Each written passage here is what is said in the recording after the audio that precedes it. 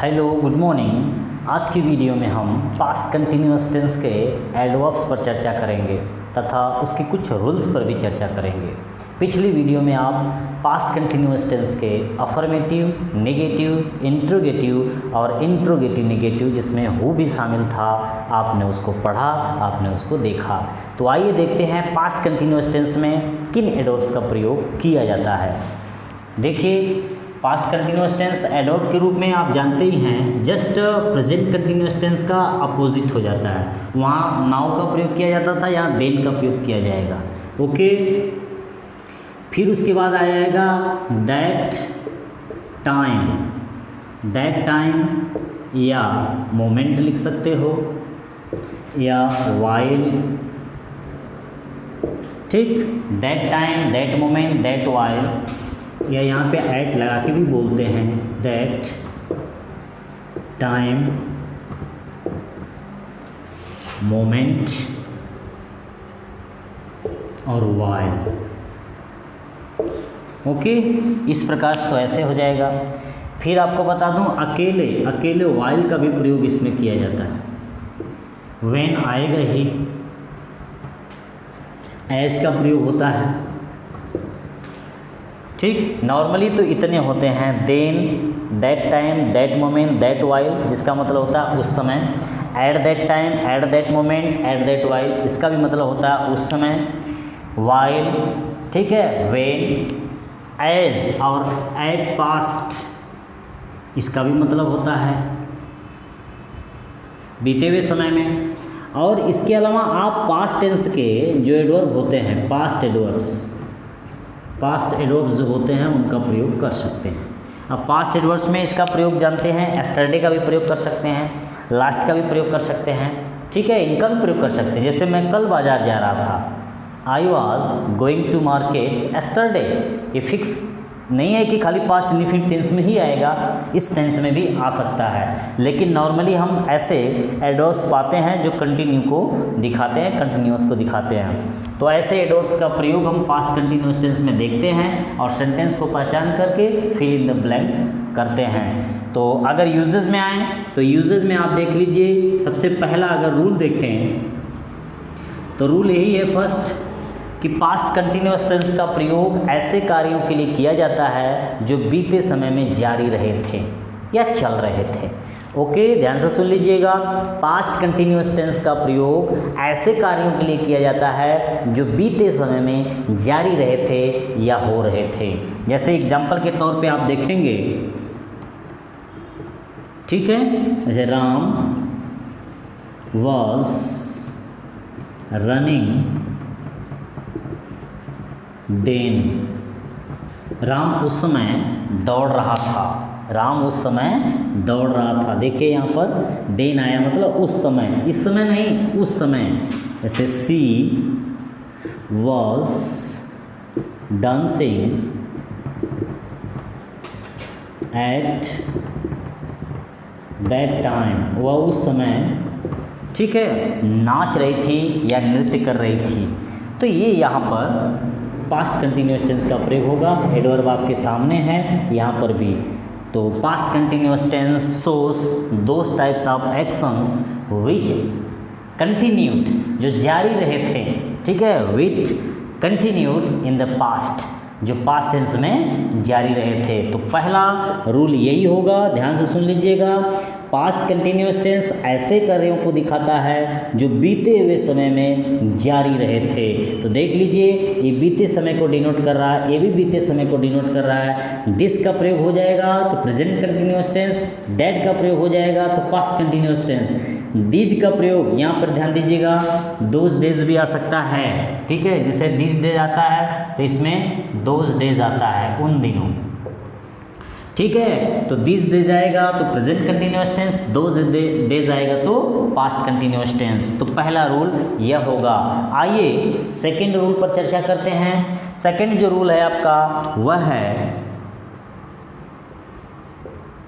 जब दो कार्य पास्ट में यानी बीते हुए समय में एक ही साथ चल रहे थे, ठीक, दो काम पास्ट में यानी बीते समय में एक ही साथ चल रहे थे, यानी जारी थे, अब पूरे हो गए होंगे।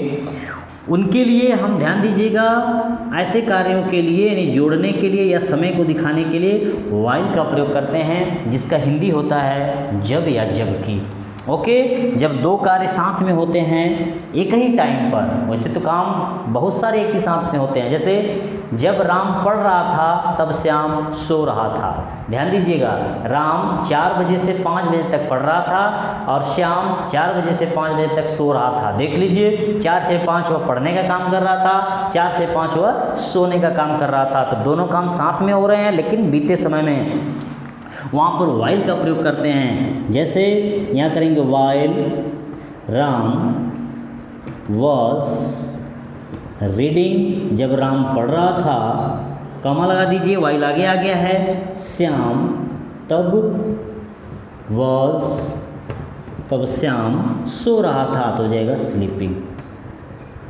देख लीजिए, while Ram was reading Shyam was sleeping, जब राम पढ़ रहा था तो श्याम सो रहा था। यहाँ पे देन मत लगाइएगा, ये तब या तो का प्रयोग के लिए हम वहाँ पर कॉमा का प्रयोग करते हैं। आप चाहो तो ऐसे भी लगा सकते हो, ठीक है, इसको बीच में भी लगा सकते हो। Ram was reading while Shyam was sleeping, Ram पढ़ रहा था जबकि श्याम सो रहा था। तो वाइल का प्रयोग व्हेन की तरह होता है। चाहो तो आप इसको सेंटेंस के शुरू में लगा सकते हो, ये सबऑर्डिनेट क्लॉज है, ये प्रिंसिपल क्लॉज हो गया। ओके, दोनों आपके कॉम्प्लेक्स सेंटेंस हैं, इनको आगे लगाओगे तब भी सही है, इनको उठा के बीच में लगा दोगे तब भी सही है। तो पास्ट टेंस के ऐसे दो कार्य जो एक ही समय पर जारी रहे थे, उनके लिए भी पास्ट कंटिन्यूअस टेंस का प्रयोग किया जाता है। ऐसे सेंटेंसेस में अक्सर, ध्यान दीजिएगा, ऐसे सेंटेंसेस में अक्सर वाइल नामक एडवर्ब, जो एडवर्ब ऑफ टाइम है, हमेशा टाइम को बताता है, जरूर आता है। ओके, तो इस प्रकार से रूल नंबर 2 हो गया। आइए रूल नंबर 3 पर चर्चा करते हैं। रूल नंबर 3 कहता है, जिसका आप पास्ट इंडेफिनिट टेंस में अध्ययन कर चुके हो। रूल नंबर 3 करता है, जबकि एक कार्य पहले से ही पास्ट में चल रहा था, एक कार्य पहले से ही पास्ट में चल रहा था, उसी दौरान दूसरा कार्य हो जाए, तो जो कार्य चल रहा था उसके लिए पास्ट कंटिन्यूअस टेंस, और जो काम उसी दौरान हुआ, नया काम, उसके लिए पास्ट इंडेफिनिट टेंस का प्रयोग करते हैं। जैसे आई केम, ठीक है, व्हेन यू वर रीडिंग। देखो, when you were reading, I came ऐसा भी कर सकते हो, I came when you were reading, मैं आया जब तुम पढ़ रहे थे, मैं उसी समय आया जब तुम पढ़ रहे थे। तो बताइए काम पहले कौन हो रहा है, ये वाला काम पहले हो रहा है। ध्यान दीजिएगा, when you are reading I came, ये भी सही है, इसको ध्यान दे दीजिएगा।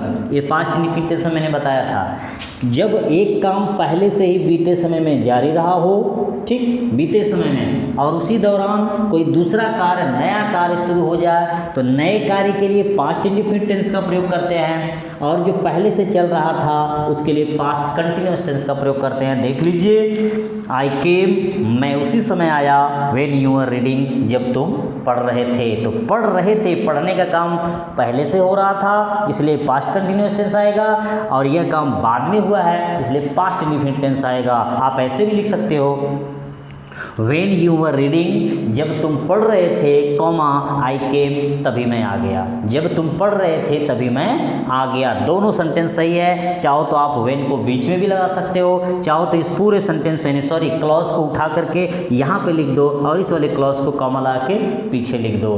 तो यही है, इसमें व्हेन का प्रयोग जरूर किया जाता है। बात समझ में आ गई? तो ये रूल नंबर 3 है। ऐसे सेंटेंसेस में हमेशा पास्ट कंटिन्यूअस टेंस का प्रयोग करते हैं, जो पहले से चल रहा था उसमें पास्ट कंटिन्यूअस टेंस, जो बाद में हुआ उसमें पास्ट इंडेफिनिट टेंस। आइए रूल नंबर 4 पर चर्चा करते हैं। रूल नंबर 4 क्या कहता है? रूल नंबर 4 कहता है कि बीते समय की ऐसी अवस्थाएं, ऐसी दशाएं जो निरंतर या तो बढ़ रही थी या तो निरंतर घट रही थी। ध्यान दीजिएगा, पास्ट सिचुएशंस और past condition which were continuously increasing और डिक्रीजिंग, ठीक है, या तो इंक्रीज कर रही थी या तो डिक्रीज कर रही थी, उनके लिए आप पास्ट कंटिन्यूअस टेंस का प्रयोग करते हो। तो ये हो जाएगा रूल नंबर 4। देख लीजिएगा, it was getting darker and darker. देख लीजिए, अंधेरा होता जा रहा था, अधिक से अधिक अंधेरा होता जा रहा था। तो ये देखिए इंक्रीजिंग कंडीशन को दिखा रहा है। इसमें जो दशा है अंधेरा का वह बढ़ रहा है। जैसे दूसरा, he was becoming richer and richer day by day। वह दिन प्रतिदिन अमीर होता जा रहा था, वह दिन प्रतिदिन अधिक से अधिक अमीर होता जा रहा था। आप ऐसे भी कर सकते हो, ही वॉज बिकमिंग थिनर।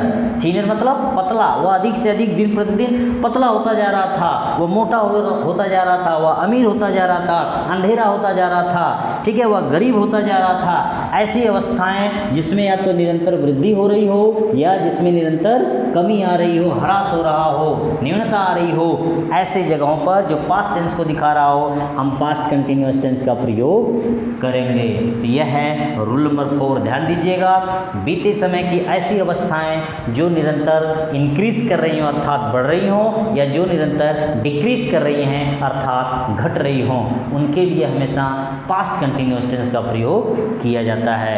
5 वाला बता देते हैं, रूल नंबर 5 एंड लास्ट जो कि है, ठीक है, इसमें जो है रूल नंबर 5 में देखिए डायरेक्ट नरेशन। यदि direct narration present continuous tense में हो अर्थात इन्वर्टेड कॉमा के अंदर वाला जो रिपोर्टेड स्पीच है वह प्रेजेंट कंटिन्यूअस टेंस में हो, तो हम इसको जो है पास्ट कंटिन्यूअस टेंस में ले जाते हैं। कब? जब रिपोर्टिंग वर्ब पास्ट टेंस में हो तब। जैसे यहाँ पे हम लिख देंगे शी सेड कॉमा इंटेड कॉमा में आई वॉज, ठीक है, प्लेइंग, आई वॉज प्लेइंग, ये हो गया आपका। देखिए वह कही मैं खेल रही थी, तो यहाँ पर रिपोर्टिंग वर्ब आपका पास्ट टेंस में है, तो जो इन्वर्टेड कॉमा के अंदर का सेंटेंस होगा या रिपोर्टेड स्पीच होगा अगर वह प्रेजेंट टेंस में होगा, ध्यान दीजिएगा यहाँ पर मैंने पास्ट टेंस लिखा था, अगर यहाँ पे मैं प्रेजेंट टेंस लिख दूँ तो वह किस में चला जाएगा? पास्ट टेंस में चला जाएगा। रूल यही है, यदि इन्वर्टेड कॉमा के अंदर का सेंटेंस प्रेजेंट कंटिन्यूअस टेंस में हो और रिपोर्टिंग वर्ब पास्ट टेंस में हो तो इनडायरेक्ट में जब हम चेंज करेंगे सेंटेंस को तो हमेशा यह इन्वर्टेड कॉमा के अंदर वाला सेंटेंस पास्ट कंटिन्यूअस टेंस में चला जाएगा। तो हो जाएगा सी सेड, अफर्मेटिव सेंटेंस है, असर्टिव है, इसलिए कॉमा इंटेड कॉमा हटा के दैट लगा देंगे। फर्स्ट पर्सन का प्रोनाउन आया है, सी के पास आएंगे, तो ये प्रोनाउन है, ये भी प्रोनाउन है, तो सी का सी होगा। सी अब एम है तो यहाँ क्या हो जाएगा? वॉज, यहाँ हो जाएगा प्लेइंग। देख लीजिए, ठीक, ये है पास्ट टेंस की रिपोर्टिंग वर्ब, तो इधर प्रेजेंट टेंस का सेंटेंस, तो इधर हो जाएगा पास्ट टेंस का sentence. Okay, present continuous tense, past continuous tense. तो ये कुछ नॉर्मल रूल्स हैं और एडवर्ब्स हैं जो पास्ट कंटिन्यूअस टेंस को जब भी हम कभी फिल इन द ब्लैंक्स करते हैं हल करने के लिए, सॉल्व करने के लिए बहुत ही मददगार साबित होते हैं, बहुत हेल्पफुल होते हैं। तो मुझे उम्मीद है कि आपको पास्ट कंटिन्यूअस टेंस जरूर समझ में आया होगा। नमस्कार।